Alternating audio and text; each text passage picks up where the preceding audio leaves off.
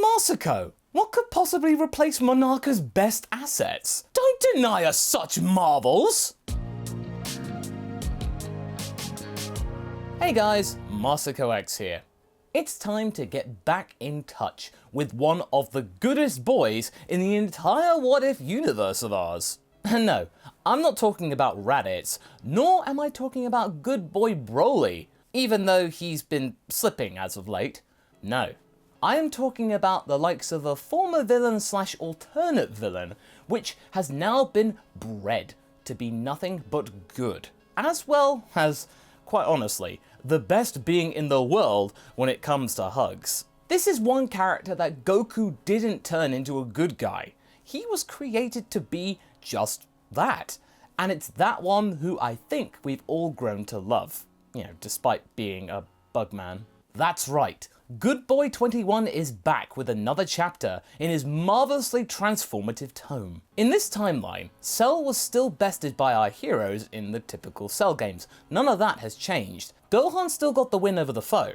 And our story begins, or at least our deviation from the main story begins, right when the group formally discover the sublab of Dr. Gero, not just Krillin and Trunks. I mean, okay, there was one alteration prior to the Cell games, I'll give you that. Instead of destroying the lab, Krillin and Trunks reported back to Bulma that there was something weird growing in the lab, and that she might, as a scientist after all, want to take a look at it once things are blown over with Cell. Well, I mean, that is, if things blew over, let's not get assuming, guys. Thanks to genetic engineering by Bulma, our version of Cell is not the same that we saw in the original story. His Frieza has either been removed or toned down. Granted, it's a little weird when a being that pretty much looks like imperfect Cell wants to give you a hug, but I mean, come on, the sentiment is there, and it's the thought that counts, right? Anyway, in the last episode of our adventures of Good Boy 21, we ended up with him and Piccolo helping Gohan to stay in shape, as well as still be inclined to fight. After the events of the last part, Gohan showed much more promise than in the actual Resurrection F arc, but he was still lacking from the days of the Buu saga. Something that Piccolo and 21 observed with great sadness and regret and resentment in a way, with the latter being even more driven to get Gohan back up to fighting prowess. He and the Namekian got together a training regime after the Bugman had read up on many tomes regarding to human fitness and really becoming like a personal trainer. Piccolo then added some more mental fortitude to Gohan. The universal tournament between Universe 6 and 7 is about to begin. That little chestnut hasn't gone away. We've still got Beerus and Champa wanting to prove themselves as the best cat God. With Gohan's training pretty well ingrained in the young man, this guarantees him a spot in the team. This has also helped when 21 decides to lose Gohan's calendar so that he doesn't know when the next conference will be. Oh dear 21, you're so cheeky. Universe 7's team would be as follows: Goku, Vegeta, Gohan, 21, and Majin Buu. Because we don't really need Monarca and his Grand Ponta in this scenario. It's a heavy loss, I know, but it's for the best. Beerus feels that with Gohan and 21 really showing massive progress, Goku isn't lacking motivation as much as he may have done in the original timeline. So, we have an all-Earth lineup for Universe 7. Meanwhile, Goku and Vegeta are still training in the Room of Spirit and Time for about 3 years or so, you know, like in the original. So the gap between them and the rest did sort of increase. And I really find it pretty surreal that they basically disappeared for 3 years, and despite that time, their relationship didn't evolve or really improve that much. It's strange, I know, but that's for another video. Still, we cannot say Gohan and 21 achieved nothing in comparison to these two Saiyans. You know, they managed to keep themselves in pretty good shape, and Gohan was able to regain most of the powers that he had lost in the time between the Buu Saga and Super. He may have not regained his ultimate powers though, but he feels much more confident being able to tap into the likes of Super Saiyan 2 once more, like he was prior to his Elder Kai boost. Videl has noticed this too. She remembers this aura that Gohan exuded when they first met, that feeling of calm and strength, whilst also, having a gentle side. This all-round good feeling really pleases Gohan, and 21 feels really proud of himself too, for getting him right back to where he was before. Bringing harmony to that family. I just feel so proud. It's time for plenty of group hugs! So the day of the tournament finally arrives, and our heroes, along with a large audience of course, are transported to the nameless planet for the festivities, or challenge, to begin, where the competition is meant to take place. Our heroes are then forced to take a written exam prior to competing, as we know. This surprises everybody except Gohan, who feels like finally his skills will really get tested and appreciated. And as for 21, he is getting very nervous. Not that he thinks he'd fail.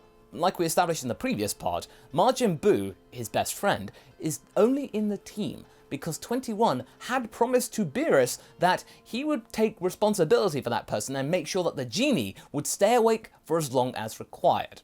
21 makes sure to sit next to Buu, and at any sign that the Majin's looking a little bit tired, he would wave a chocolate bar in his direction.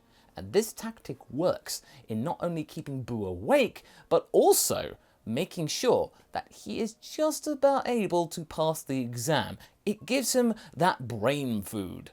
Goku barely scoring more points than him. Vegeta likes to make fun for the fact that, ha ha, you're almost dumber than Majin Buu. 2 of the Universe 6 fighters capture our hero's interest, sort of like before, Kaba and Frost. When 21 first sees Frost, he is very eager to face the latter in the tournament. Why?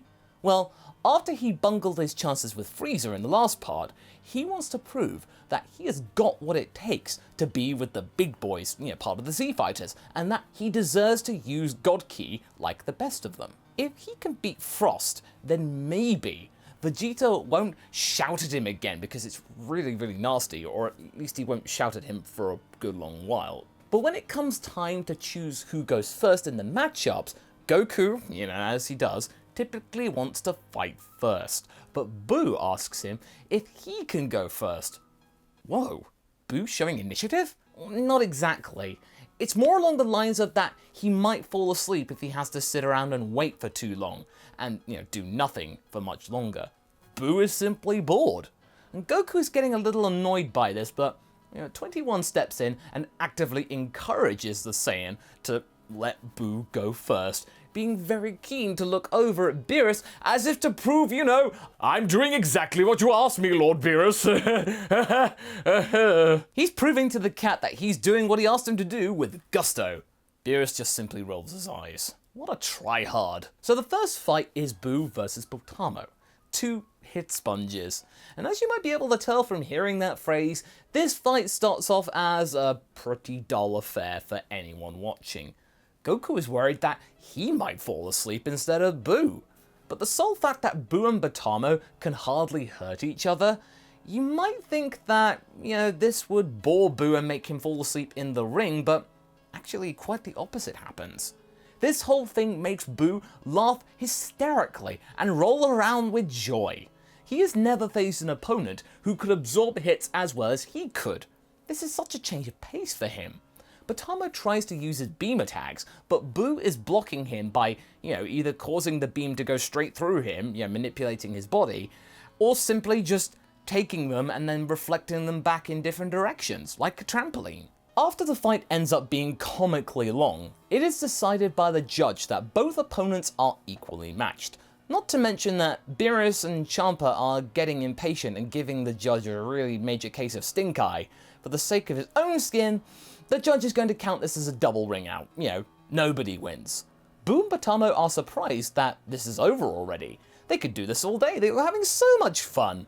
They shake hands and promise to fight again sometime. So, surprisingly, instead of Buu falling asleep, Buu made another friend. And possibly a kind of rival almost. Vegeta yells at Majin Buu for not taking his opponent seriously. But Majin Buu had a lot of fun, and as far as he's concerned, that's all that matters. And quite frankly, 21 is glad that Vegeta is shouting at someone else instead of him. Now Buu can rest. Beerus walks over to 21 and nudges him in the back. What did I say, Bug Boy? He's your problem. Don't make him my problem too. What are you going to do about this?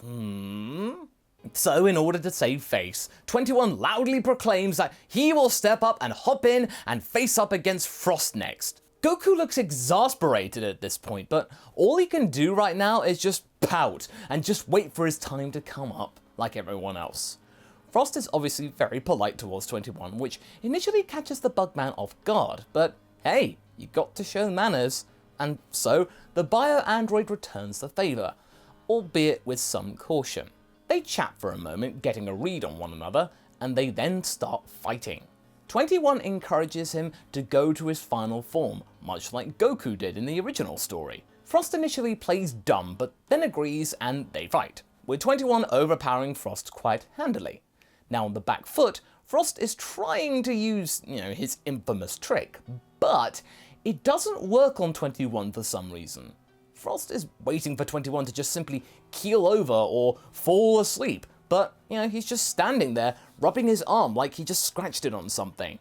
Maybe it's because of him having at least some of Frieza's DNA that it's made him immune to it? I mean, who knows? But 21 is unaware of what sneaky tricks Frost just did. That's right, our heroes do not learn the true colours of Frost in this tournament. They still think, as far as they know, that he's a straight up good guy. However, Frost then just about has a really almighty angry tantrum towards 21, but he's just about able to compose himself so as to not blow his cover. The next opponent for Universe 7 is Kaba, and Vegeta asks 21 if they could switch. 21 is bemused by this, but he accepts this since, he got a win.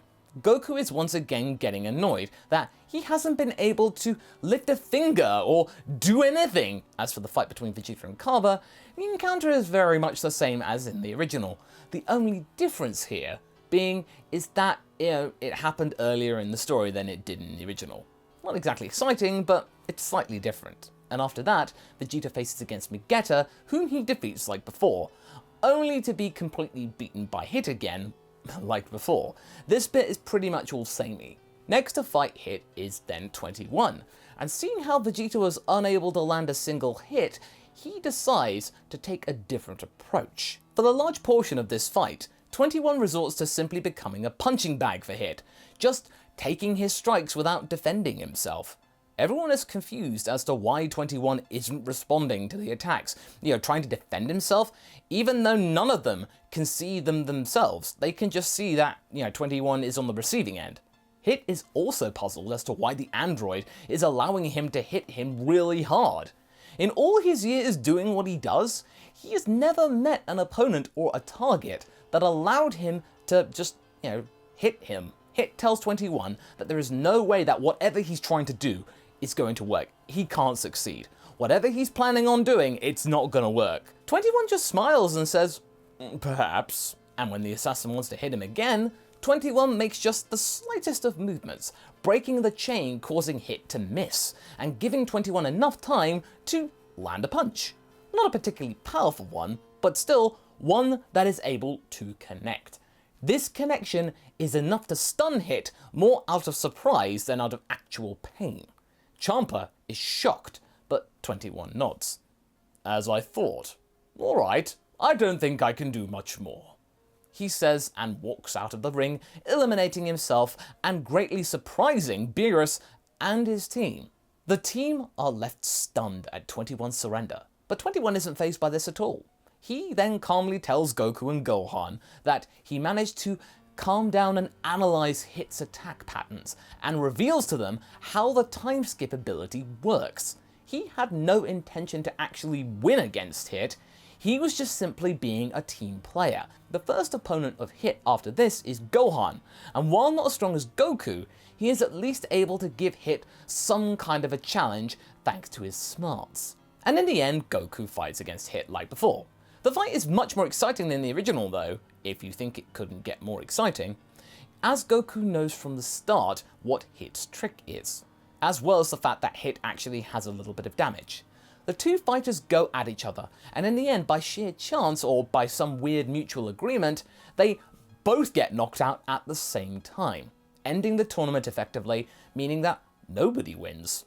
it's just a draw, which greatly angers Beerus and Champa. But before the cats can destroy everyone around them out of frustration, Zeno appears and congratulates both teams, so Beerus and Champa agree to just roll with it and keep the, Omni King happy. Goku and 21 shake his hand, and Beerus and Champa are ordered to make a wish that both of them can agree on. Beerus tosses the proposition of restoring Universe 6's Earth, which greatly confuses Champa, but he agrees.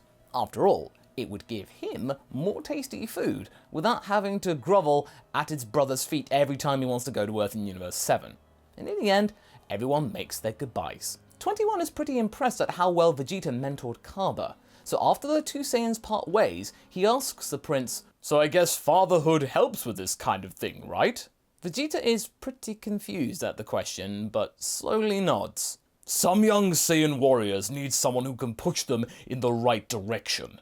A figure they can look up to, even though I never needed it myself. That must be a great feeling, Mr. Vegeta, to be able to pass your knowledge on to the next generation. It's a responsibility, remember that." Everyone then returns to Universe 7 to celebrate, with 21 being very introspective and thoughtful that day. He wants to have a pupil of his own after witnessing what Vegeta had with Kaba. You might think he'd be okay with just having Gohan, and Gohan's cool and all, but he's his own man, and Piccolo called dibs besides, so what to do? Maybe what his original version of himself did during the Cell games might work. And that's where we're going to be leaving things for right now. So what do you guys think? Are you intrigued as to what 21 might do next? What is his place in the Z Fighters now with Gohan coming up the ranks again?